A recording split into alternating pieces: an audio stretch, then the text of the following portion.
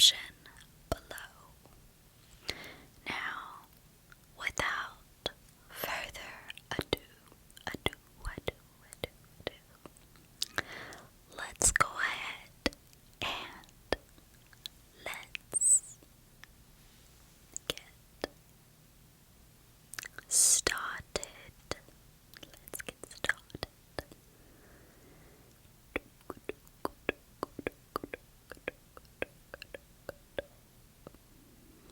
Let's get into the permanent. Oh, did I even say what this video was about?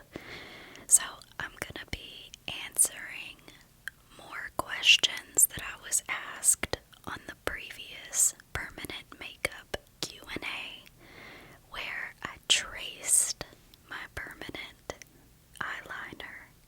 I will be tracing my permanent makeup once again in this video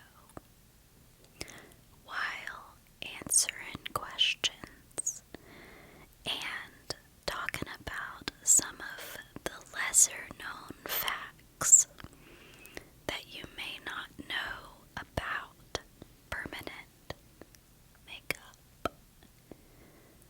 Not just that, but a little bit of permanent makeup history, fun facts, and other permanent makeup procedures you didn't even know existed.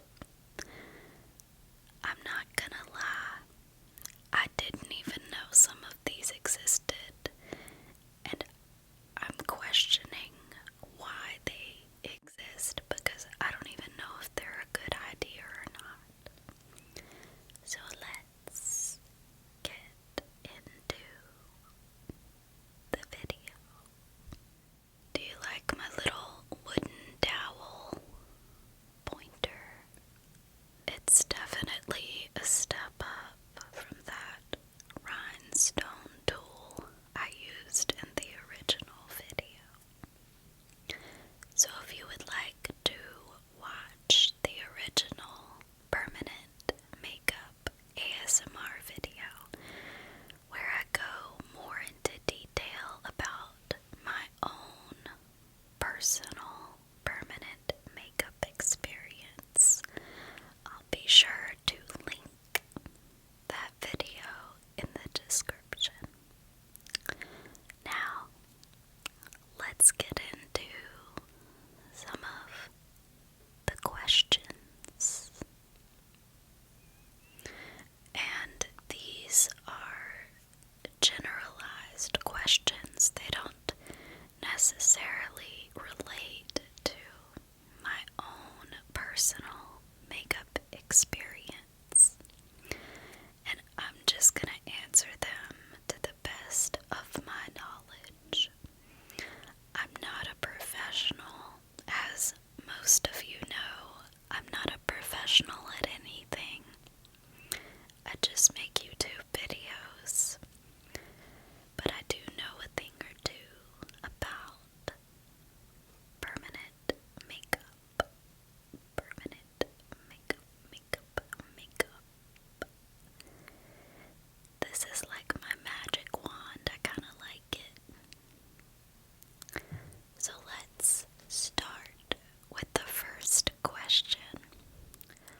The first question I always get is, why did you get permanent makeup if you cover it up or still apply regular makeup on top of it? And the answer to that for me personally is I used to have major allergies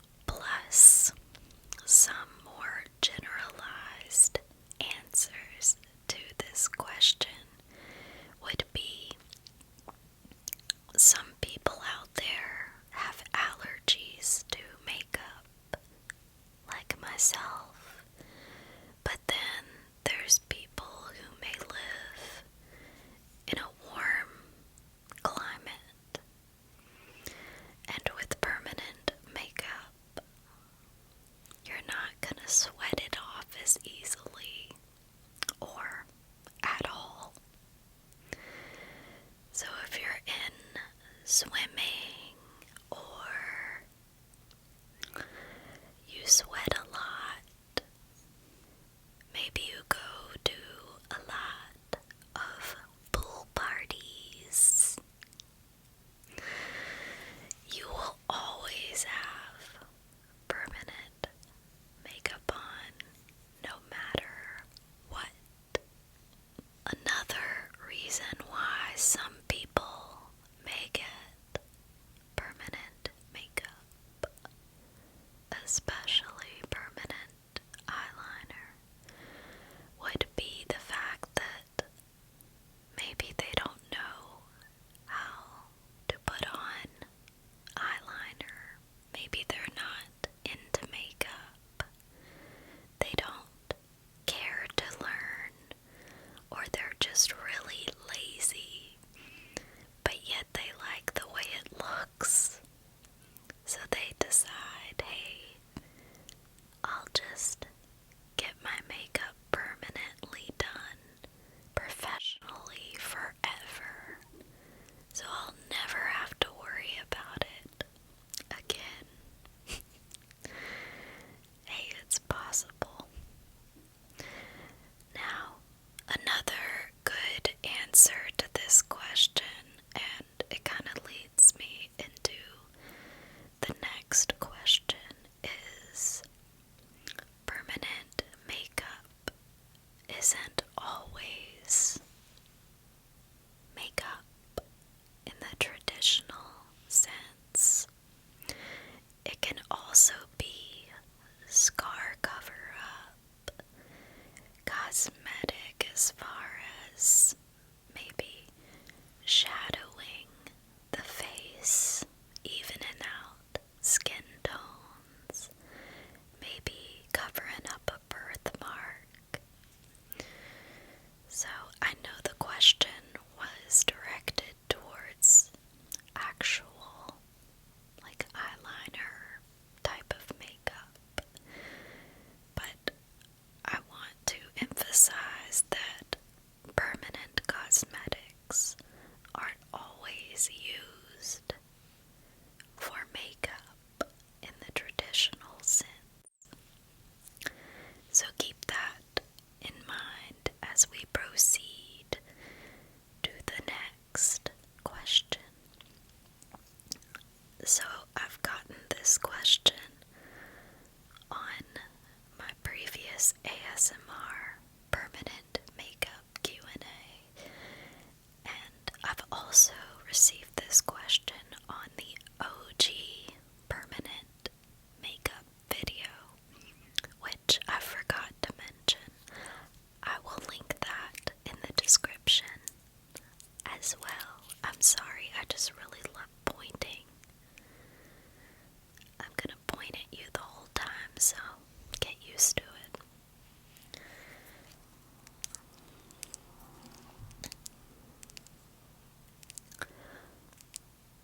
So this next question is, what are other uses for permanent makeup?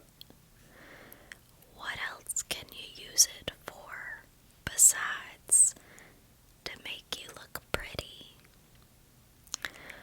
Well, I guess all of it is to, what's the word? To enhance your natural beauty. You can also have permanent makeup applied for medical reasons. Yes, medical reasons. It's not as serious as you may think. I'm not talking about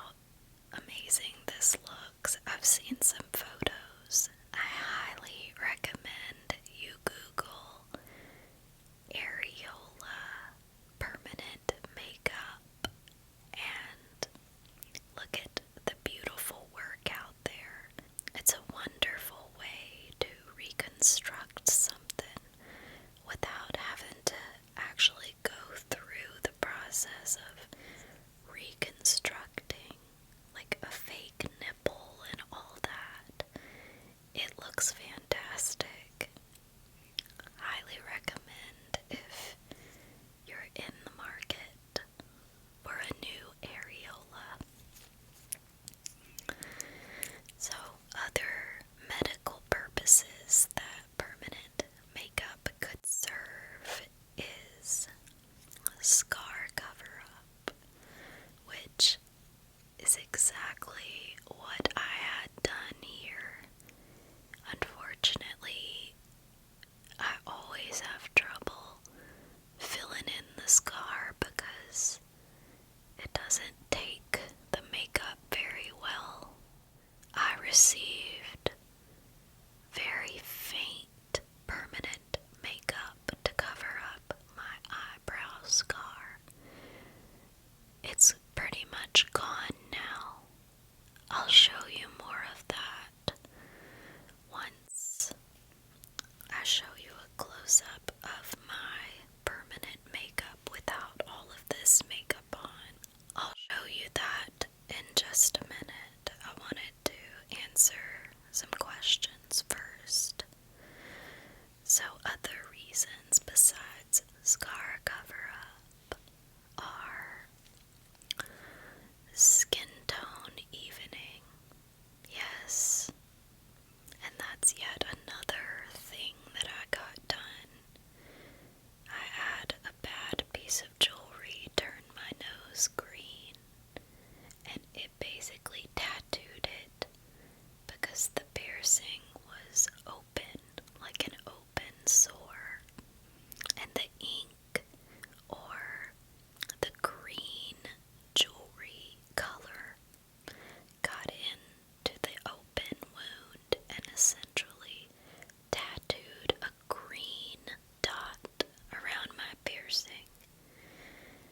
And again, I'll show you what it looks like in just a minute. But those are some other reasons some people would opt for permanent makeup, along with covering up maybe a birthmark they don't like, or if someone has alopecia and they don't have brows. That's another great reason to get permanent makeup. The next question I always get is, can permanent makeup be removed, especially permanent eyeliner? That's a really great question. And because I got it, I went ahead and researched this. I was curious, could something like permanent eyeliner be removed, especially with lasers? And the answer is yes. They use lasers to remove permanent eyeliner. I was surprised having lasers so close to the eyeball, but they do it. It's a very expensive procedure, and it's also very tedious, and it takes a long time, probably like multiple sessions. So there's laser removal, but there's also saline removal.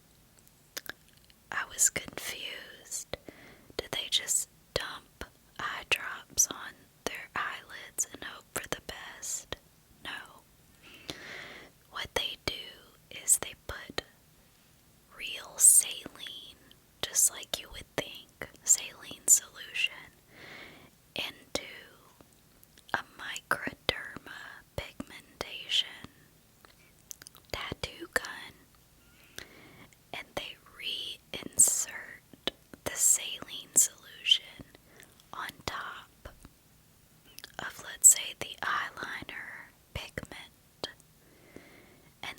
saline solution goes under the skin and targets the pigment and breaks it down. And the next time you scab over, because everyone scabs over after they get microderma pigmentation, the pigment actually comes out in the scab. So the saline breaks down the pigment, and once it scabs, the pigment comes out in the scab, and slowly but surely the saline procedures are repeated, and over time all of the pigment will be released through the scabs. Pretty interesting, right? I know, same. I thought that was really cool. Whoever came up with that is pretty smart. So I know I've answered this question in the past, but I do want to elaborate on it a bit more. And that is, does this procedure hurt? Is it painful? Which is the exact same thing. When I had my permanent makeup done, whether it was the eyeliner, the nose, the brows, I always went through a process where the permanent makeup artist would put a numbing cream on whatever part she would be working on, and it would sit on that spot for about 30 to 45 minutes before the procedure. So the whole process takes a pretty long time when you calculate that in, but I can assure you it's worth it. And it's kind of like when you go to the dentist and your cheeks are numb. That's how it feels. Like your skin is literally numb. You can pinch it and you shouldn't feel any pain whatsoever. No sharp pain. And then the procedure begins. So there was a point during my permanent eyeliner procedure where it did start to hurt, but it felt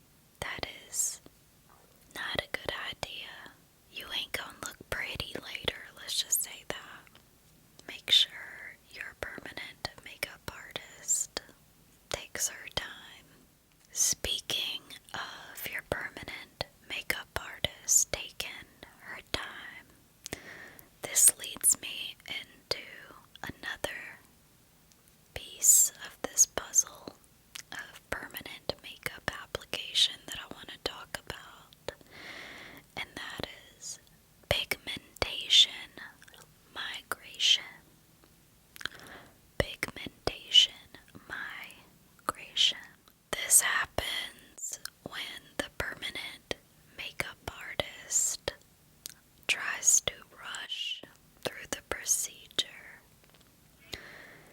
So pigmentation migration is when the pigment spreads to other parts of the skin besides the intended application target.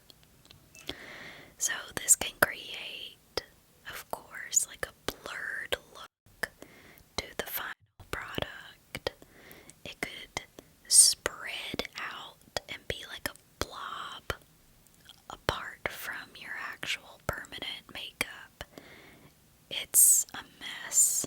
It's not something you want to deal with. That's why you need to ensure, if you're gonna get this done, you do it with a professional who's been doing it for years and years. Someone who is creditable. Is that a word? Creditable. Creditable. Yeah, whatever. Someone that you know is an OG in this work, not some new timer. I am all for people starting new careers, but people need experience when it comes to this. Otherwise, you're gonna come out looking like a botched Amy Winehouse, and that ain't cute.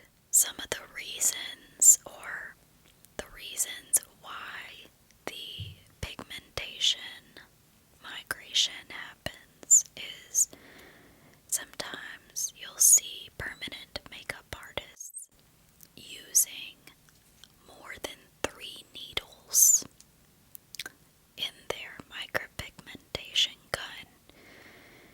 And if they use something like 4 needles, it could cause there to be way too much overworking of the skin and the area, which the more holes you make in the skin, the more of a possibility the ink can fall into those holes and spread. So I'm not saying it's bad to use 4 needles, but 3 needles is a great way to just slowly and tediously get the pigment into the skin in a timely and professional manner. Again, this happens because of improper technique. It's because they're using too many needles. Maybe they go way too deep into the skin. They poke way too many holes. There's numerous factors that can come into play, but at the end of the day, it's mostly due to poor technique. So get a professional if you're gonna get permanent makeup. I also want to talk a little bit more about permanent concealer. I know I haven't really heard of it much, but it's exactly what you would think it is. So the permanent makeup artist is, again, they need to be a professional to do this, because simply mixing up the pigment that matches your under eye skin. So it's very important they know what they're doing when they mix the color. Now this particular permanent makeup is more semi-permanent because it only lasts for about 3 to 5 years. Permanent concealer under the eye doesn't last as long because most people have more oily skin on this part of the face, and the more oily the skin,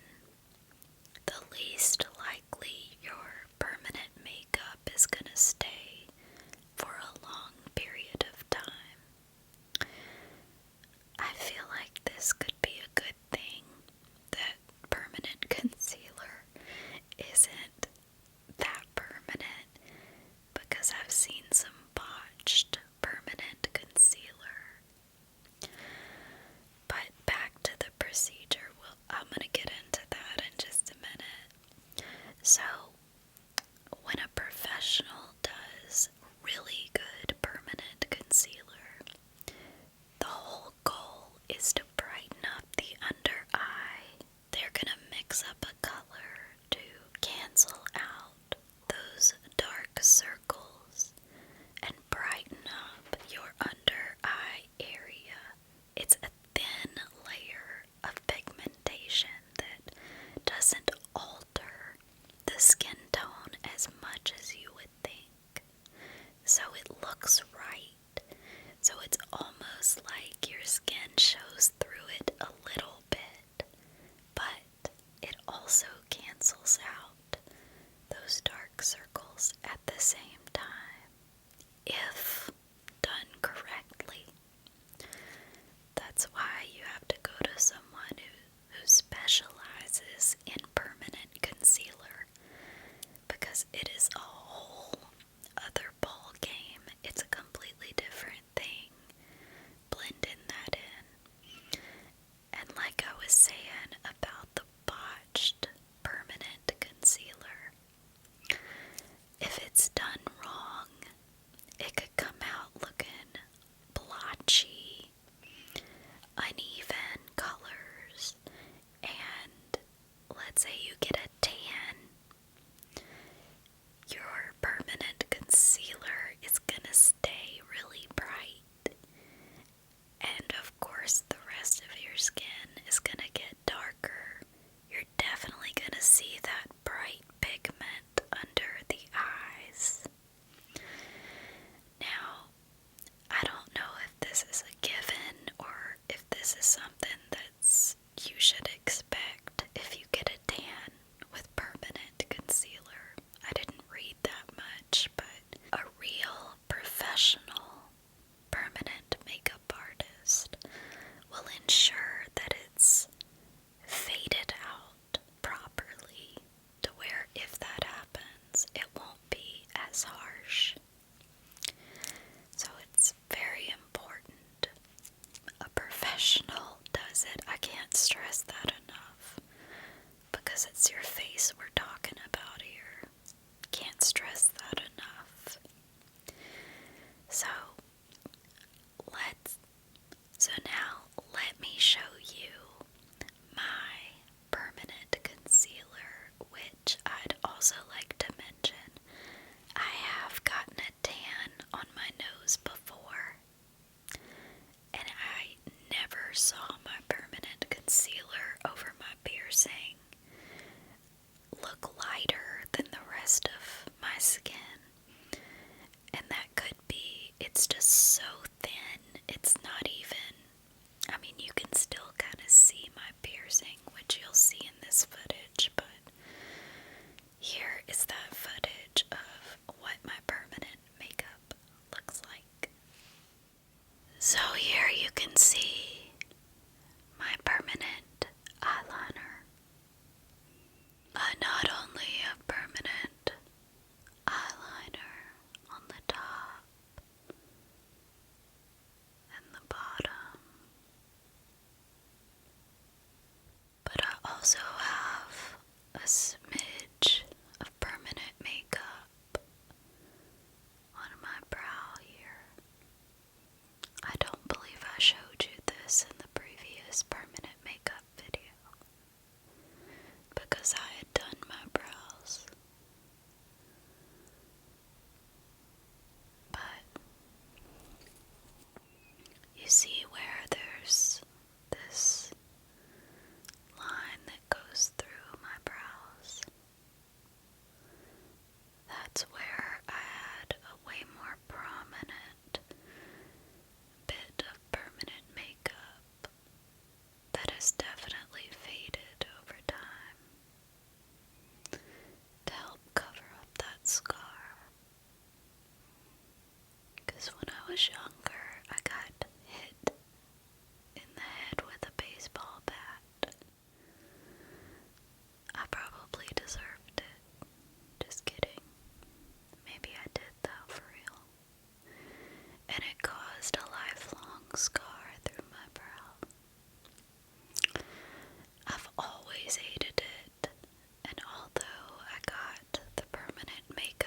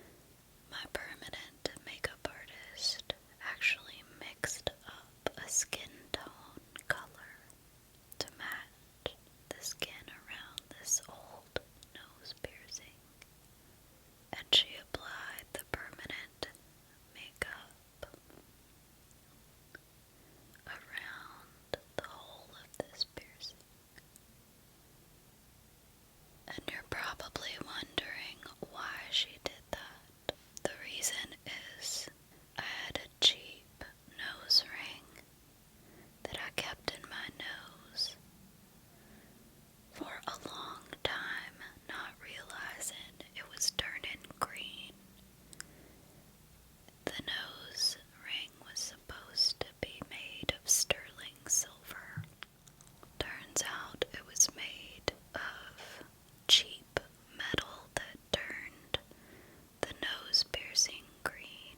The darkness from the green was so much more prominent before. Although you could still see it, it looks amazing compared to what it used to look like.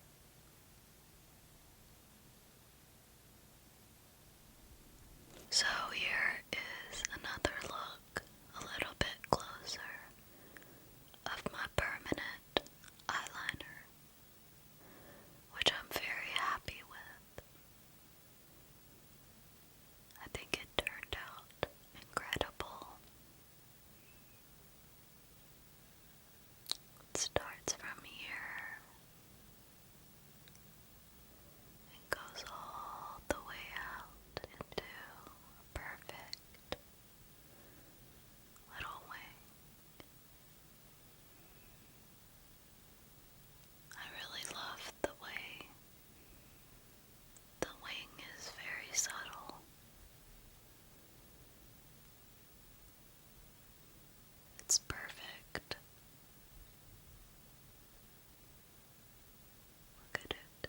Then I also have it on the bottom part. It goes from here all the way to the edge to meet that little wing. Look at that. It meets the little wing so perfectly.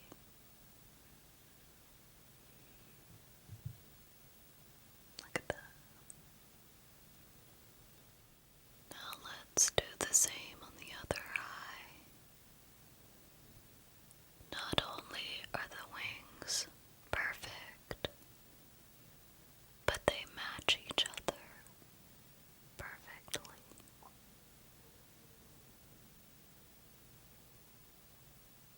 Look at that. See the little wing? And now let's trace the bottom from the inner corner all the way out to connect to the top wing.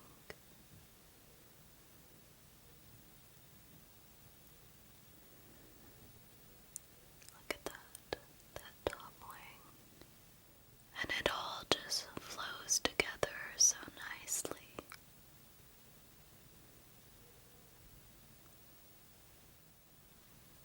You can see how well both eyes match one another, right?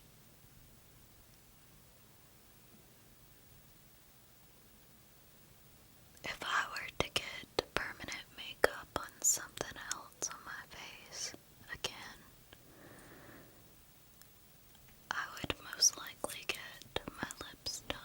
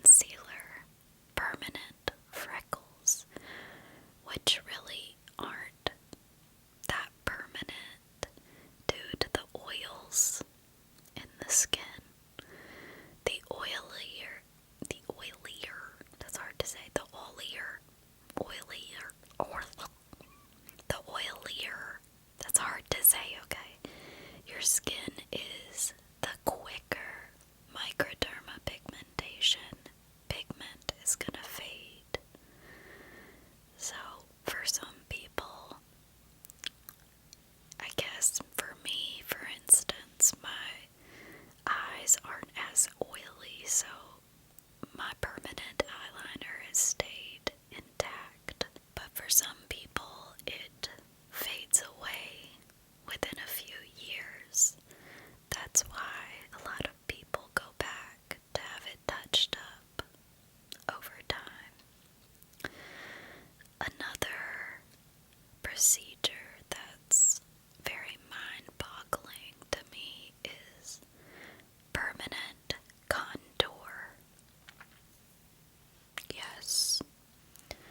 So if you want those cheeks to be chiseled, you can actually get permanent contour to chisel out your jawline or elongate your face, which, I don't know about getting contour here, but some people actually do get permanent contour. I've also seen people get permanent contour on the nose to help straighten out the nose. So maybe you have a crooked nose or something like that, or you don't like the shape and you normally use makeup or contour to even it out. That's pretty much what permanent contour aims to do. And if you look it up, it's actually pretty good looking. But again, I would be concerned about tanning. I keep making a puppet show here with my hands, sorry. I keep making shadow creatures here. I have a light sitting on my table to shine on the background, and I keep doing this, sorry. They getting a little out of hand with the permanent makeup procedures nowadays. I've also heard of permanent beauty marks, like Marilyn Monroe. So we touched on permanent concealer, contour, freckles, beauty marks.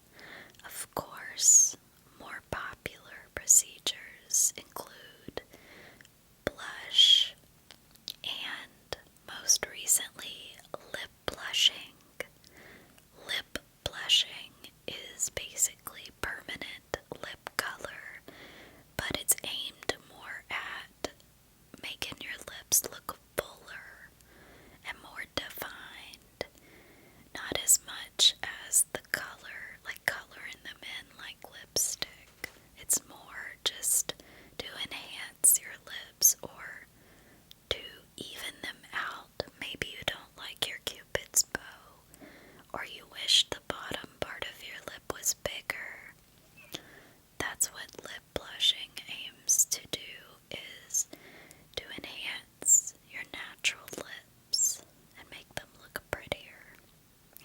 I've seen some really pretty lip enhancements, and then I've also seen some bad ones. I would probably get something like that. That would most likely be the next procedure I got done, was to just enhance the fullness of my lips. But I don't plan to do that anytime soon. I always say when I start to look super ugly, that's when I'm gonna start getting cosmetic procedures. Until then, I'm cool with how I look now. I wish more people were like that, because so many people ruin their natural beauty with these new, fad, ridiculous procedures. Kind of like that one where they called it like threading or something, where it was like cat eye threading, where they lifted, I don't know, they like lifted the eye up with a string or something. That was like a while ago.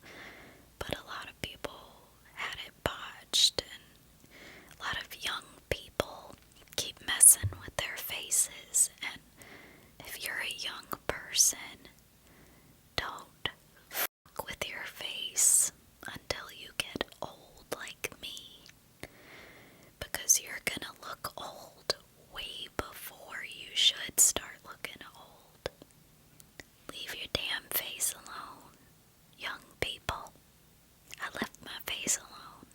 That's why I still get compliments like, oh my gosh, you don't look like a bimbo Barbie who's gotten fake lip fillers. Like, don't get lip fillers, children. Stop. You're stupid, okay? You're too stupid to make these decisions. Anyway, the most scary is probably permanent highlighter. Yeah, there is permanent highlighter. I don't know what people are thinking, but I guess if people are gonna pay for it, they gonna come up with a way to do it. And unfortunately, it's a thing. So let's move on to money. How much does this stuff cost?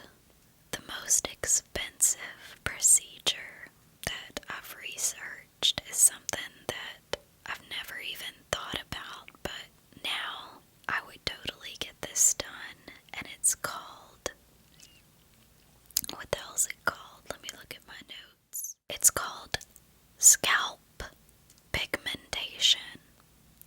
So basically, if you're starting to bald, let's say right here, I've noticed my hair has started to get thinner right here.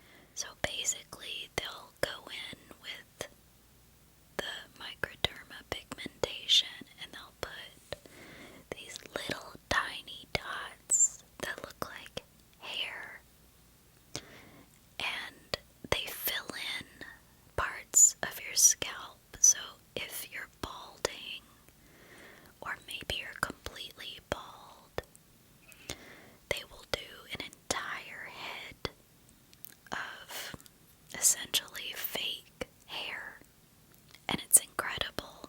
If it's done right, it looks real, especially for a lot of the women out there who's had it done. Let's say you see how some of my scalp is like white. Basically, they will fill it in, and all of this will look like it's filled in with hair, and you can't even tell that it's a tattoo. It's incredible, and it's so good for people, especially women. I know men go bald, but it's so much worse for women. Our hair is so important to us. Sorry, men, but for women it's way more important to us, because the scalp pigmentation can take so long. This is the most expensive procedure in the world of microderma pigmentation. So it can range from $2,500 all the way up to $7,000. In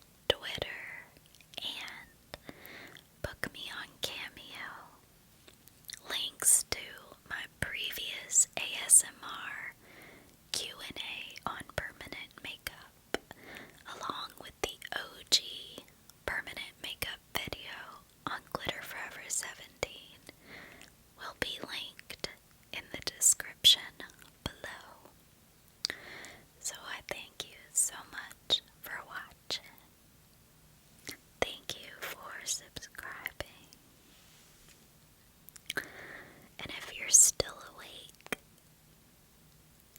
have a glitterful day. I love you. Bye. Bye. Oh my gosh, are